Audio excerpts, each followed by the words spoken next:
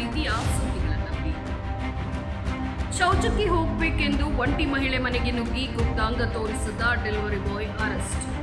ಶೌಚಾಲಯಕ್ಕೆ ಹೋಗಬೇಕು ಅಂತ ಒಂಟಿ ಮಹಿಳೆಯ ಮನೆಗೆ ಬಲವಂತವಾಗಿ ನುಗ್ಗಿ ಆಕೆಯೊಂದಿಗೆ ಅನುಚಿತ ವರ್ತನೆ ತೋರಿದ ಆರೋಪದ ಮೇಲೆ ಡೆಲಿವರಿ ಬಾಯ್ ಒಬ್ಬನನ್ನ ಮಾರದಹಳ್ಳಿ ಪೊಲೀಸರು ಬಂಧಿಸಿದ್ದಾರೆ. ವಿಜಯ್ ಮಲ್ಲಿಕಾರ್ಜುನ್ ಕಾಮತ್ ಬಂಧಿತ ಡೆಲಿವರಿ ಬಾಯ್. ಸಂತ್ರಸ್ತೆ ಘಟನೆಗೆ ಸಂಬಂಧಿಸಿದ ವಿಡಿಯೋವೊಂದನ್ನು ಸಾಮಾಜಿಕ ಮಾಧ್ಯಮದಲ್ಲಿ ಹಂಚಿಕೊಂಡಿದ್ದರು. ಈ ವಿಡಿಯೋ ಅನ್ವಯ ಮಾರತಹಳ್ಳಿ ಅಪಾರ್ಟ್ಮೆಂಟ್ನಲ್ಲಿ ಪಾರ್ಸಲ್ ತಲುಪಿಸಲು ಬಂದ ಡೆಲಿವರಿ ಬಾಯ್ ಶೌಚಾಲಯ ಬಳಸಬಹುದೇ ಅಂತ ಕೇಳಿದ್ದಾನೆ.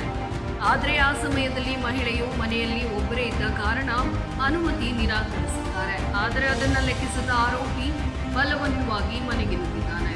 ಸಲ ಬೇಡ ಅಂತ ನಿರಾಕರಿಸಿದೆ. ಅಪರಿಚಿತರಿಗೆ ಫ್ಲಾಟ್ ಒಳಗೆ ಪ್ರವೇಶವಿಲ್ಲ ಅಂತ ಸ್ಪಷ್ಟವಾಗಿ ಹೇಳಿದೆ.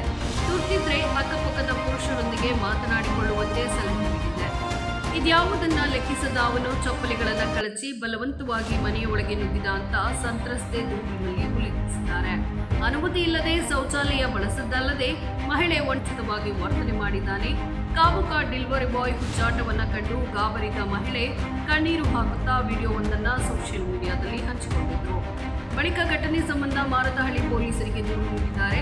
ಪ್ರಕರಣವನ್ನ ಗಂಭೀರವಾಗಿ ಪರಿಗಣಿಸಿದ ಪೊಲೀಸರು ಆರೋಪಿಯನ್ನ ಬಂಧಿಸಿದ್ದಾರೆ.